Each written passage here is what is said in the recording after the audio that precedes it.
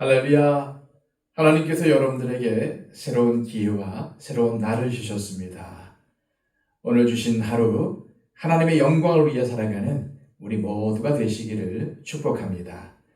기도하겠습니다. 아버지 하나님, 우리를 살려주시고 우리에게 생명과 기회를 허락하심을 감사합니다. 하나님을 위해 살아가라는 하나님의 의도인 줄 믿습니다. 오늘도 나의 영광을 위해 사는 것이 아니라 하나님의 영광을 위해 살게 하여 주시고, 나로 인해 내 주변에 있는 사람들이 하나님이 계심을 깨닫고 또 하나님의 사랑을 입는 놀라운 은혜가 임하게 하여 주시옵소서. 내가 세상에 빛과 소금의 역할을 감당하며 우리 이웃에게 선한 영향력을 끼치는 삶을 살아갈 수 있도록 하여 주옵소서. 오늘도 악한 마귀는 우리를 넘어뜨리려고 여러 가지 유혹과 시험을 우리 앞에 둘 텐데, 주님, 이것을 말씀으로 잘 이겨내게 하여 주시고, 주님께서 성령님을 통해 우리에게 허락하신 믿음으로 극복하게 하여 주시옵소서. 그리하여 오늘이 승리하는 삶이 되게 하여 주시고, 주님과 동행하는 삶을 살아갈 수 있도록 주님 우리를 인도하여 주시옵소서. 예수 그리스도의 이름으로 기도하옵나이다. 아멘. 다 함께 찬송가 395장 찬양 드립니다.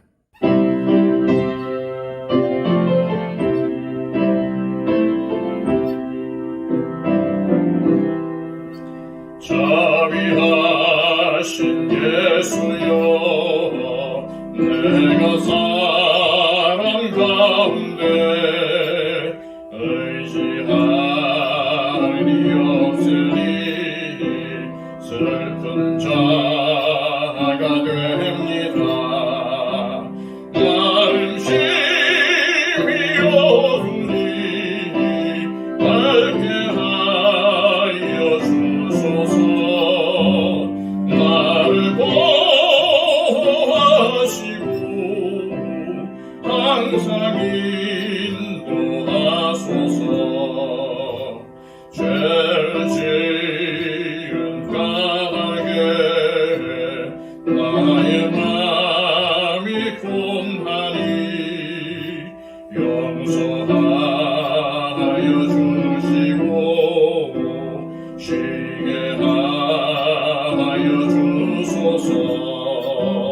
천국 가고 싶으나 나의 공로 없으니 예수 공로 힘입어 천국 가게 하소서. 허락하심 이루어 사랑 항상 있도다. 모두 이루어주심을 나는 믿사옵니다. 구주밖에 누구를 아우리 찾아보리요. 오루와 연생 예수니 또 원할 것 없도다. 거룩하신 구주여, 피로 날 사셨으니 어찌 감사하온지 말로 할 수 없도다. 주의 귀한 형상을 나도 입게 하시고 하늘나라 가서도 사랑하게 하소서.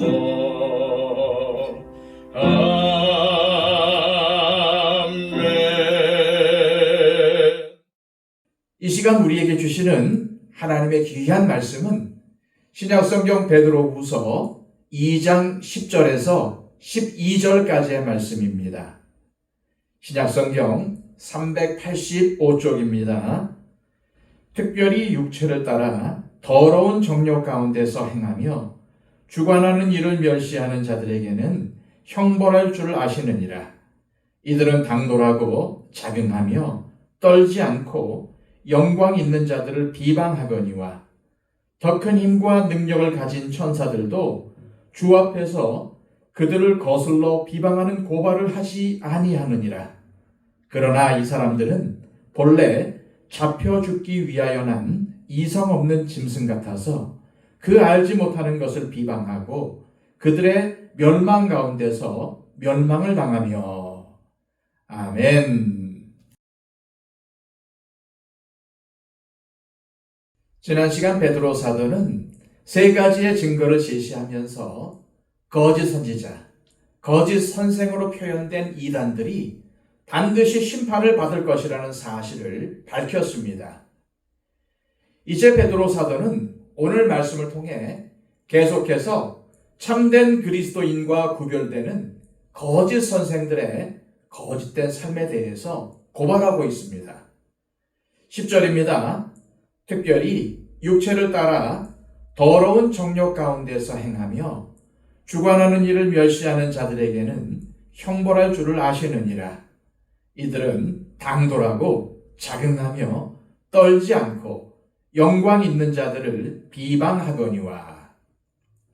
베드로는 거짓 선생들이 육체를 따라 더러운 정욕 가운데 행하며, 즉 탐욕에 빠져 살면서 주관하는 일을 멸시하고 영광 있는 자를 비방한다고 합니다. 즉 주님께서 주신 권위에 대해 도전한다는 말입니다. 모든 이단은 주님께서 주신 정당한 권위를 부정하는 것에서 시작합니다. 그리고 그것은 결국 예수 그리스도를 부인하는 것으로 이어집니다. 어디 그뿐입니까? 12절입니다. 그러나 이 사람들은 본래 잡혀 죽기 위하여 난 이성 없는 짐승 같아서 그 알지 못하는 것을 비방하고 그들의 멸망 가운데서 멸망을 당하며. 이들은 알지 못하는 것도 비방합니다.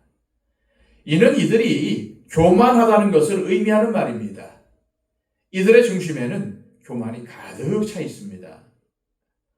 이들이 교만하다는 것은 이들이 성경을 자의적으로 사사로이 풀었다는 사실을 보더라도 금방 알 수 있습니다. 다시 말해서 이들은 교만하여 성경을 사사로이 해석할 정도로 이들이 하지 못할 행동은 없다는 말입니다. 또한 앞에 10절에서 거짓 선생들은 주관하는 일을 멸시한다고 했는데 이는 눈을 내리깔고 쳐다보는 태도를 의미합니다. 겉으로만 그렇게 하는 것이 아니라 마음 중심에서도 주관하는 자들을 멸시하고 우습게 여긴다는 것입니다. 여기 주관하는 자들에 대해서 어떤 학자는 천사라고도 하고 또 어떤 학자는 교회 지도자라고도 합니다. 또는 자신보다 높은 위치에 있는 사람을 의미한다고도 말합니다. 그러나 여기서 말하는 주관하는 이는 1절에 자기들을 사신 주, 곧 만유를 주관하시는 하나님과 예수 그리스도를 지칭하는 것입니다. 그러므로 베드로가 말하는 주관하는 일을 멸시한다는 것은 거짓 선생들이 자신들을 주관하시는 하나님을 거역하는 불경의 죄를 의미하는 것입니다.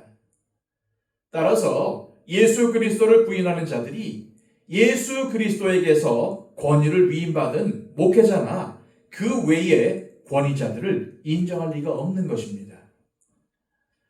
그런데 사탄은 어디를 공격해야 할지 정확히 알고 있습니다. 그래서 거짓 선생들은 하나님께서 부여하신 정당한 권위를 무시하고 비방하는 일에서 시작하는 것입니다. 즉 올바르게 말씀을 전하며 성도들로부터 존경을 받는 사람들이라 할지라도 이단들은 자신들과 맞지 않으면 그 권위자들을 속으로 비웃고 우습게 여기는 것입니다. 자신들을 주관하는 예수 그리스도를 멸시하며 부인하는 자들이 누군들 멸시하며 비방하지 않겠습니까? 따라서 이들은 탐욕 때문에 예수 그리스도와 하나님, 그리고 그분들에게서 나온 모든 권위를 다 부정합니다. 그래야 자신들이 하나님이 될 수 있고 교주가 될 수 있지 않겠습니까? 11절 말씀은 다른 번역의 말씀으로 읽겠습니다. 먼저 새 번역입니다. 천사들은 그들보다 더 큰 힘과 능력을 가지고 있으면서도 주님 앞에서 그들을 비방하는 고발을 하지 아니합니다. 계속해서 공동 번역입니다. 그러나 천사들은 그들보다 더 큰 힘과 권능을 가지고 있으면서도 주님 앞에서 그들을 헐뜯어 고발하지는 않습니다. 천사들도 하지 않는 행동을 서슴지 않고 하는 자들이 바로 탐욕에 빠진 이단들이라는 것입니다. 탐욕을 부리는 것이 아니라면 어째서 성경을 왜곡되게 해석해서 자신을 교주로 만들고 하나님을 부인하고 자신이 하나님이 되겠습니까? 우리는 이것을 잘 분별할 줄 알아야 합니다. 오래전 이단에 빠진 어떤 사람을 만나서 설득한 적이 있었습니다. 그런데 그 사람에게서 철저하게 기존 교회의 목회자를 멸시하는 태도, 제 앞에서 눈을 내리깔고 무시하는 태도를 보이는 것을 느꼈습니다. 누가 그 사람을 그렇게 만들었습니까? 물론 그 사람 자신입니다. 그러나 거짓 선생들, 이단들의 가르침을 그대로 수용한 결과가 바로 그러한 태도라는 말입니다.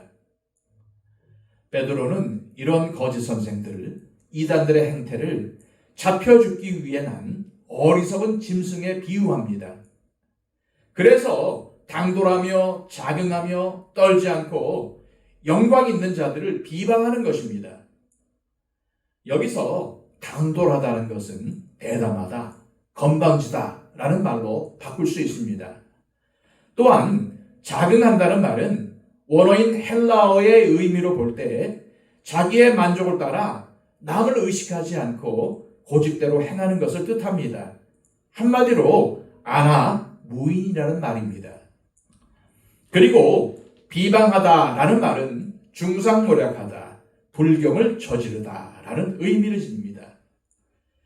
결국 앞의 말들을 종합하면 이 거짓 선생들로 표현된 이단들의 이러한 행동들은 하나님께 범죄하되 일말의 죄의식조차도 느끼지 않고 고의로 악행을 저지르는 패역한, 배덕한 행동임을 말하려는 것입니다.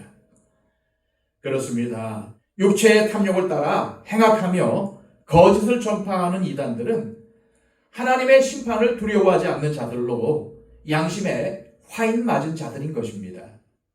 성경은 계시록에서 이러한 자들을 하나님께서 심판하사 지옥의 가장 깊은 곳으로 던져버리실 것이라고 말씀하고 있습니다. 우리는 베드로 사도가 앞서 말한 신성한 성품의 열매가 절제이며 형제 우애라는 사실을 기억해야 합니다.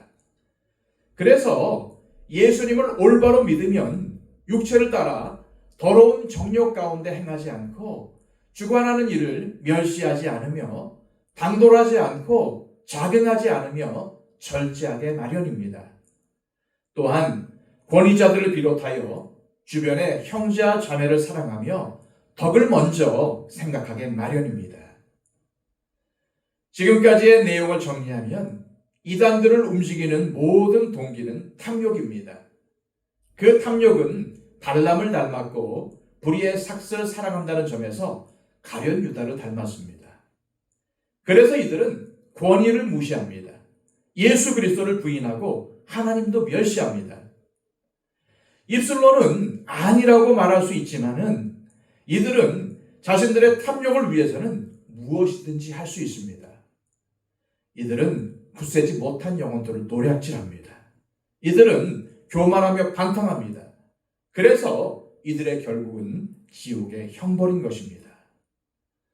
그러므로 우리는 예수 그리스도를 부인하지는 않더라도 하나님께서 부여하신 권위를 부인하거나 허무는 어리석은 사람이 되지 말아야 합니다.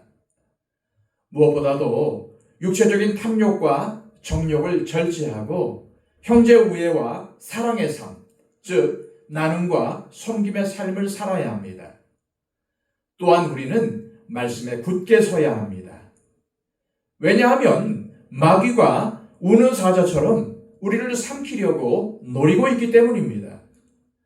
그런데 우리가 말씀 위에, 믿음 위에 굳게 서지 못하고 원망하고 불평하며 파벌을 만들어 분열하고 공동체를 어지럽히는 삶을 산다면 여지없이 거짓 선생들의 표적이 되어 노략질 당하게 될 것이기 때문입니다.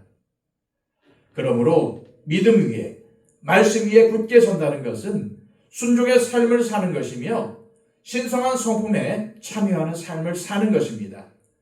화평하게 하는 자로 사는 것입니다. 이 시간 기도하실 때 하나님 아버지, 오늘 말씀을 통해 우리가 주님을 부인하지는 않더라도 하나님께서 주신 권위를 부인하거나 허무는 사람이 될 수 있음을 알았습니다. 우리를 삼키려고 두루 다니는 마귀의 함정에 빠지지 않기 위해 주님을 믿는 믿음 위에 말씀 위에 바로 서서 순종하는 삶을 살며 신성한 성품의 열매를 맺게 하옵소서. 기도하시기를 바랍니다. 111 기도를 통해서 우리의 기도를 필요로 하는 우리의 이웃과 형제자매와 가족들을 위해 기도해 주시고 또한 초청 대상자들을 위해서 중보해 주시기를 바랍니다. 그리고 지금 이 시간 기억나는 모든 분들과 이 나라 이민족 또 교회들을 위해서 또 대통령 선거를 위해서 기도해 주시기를 바랍니다. 기도하겠습니다.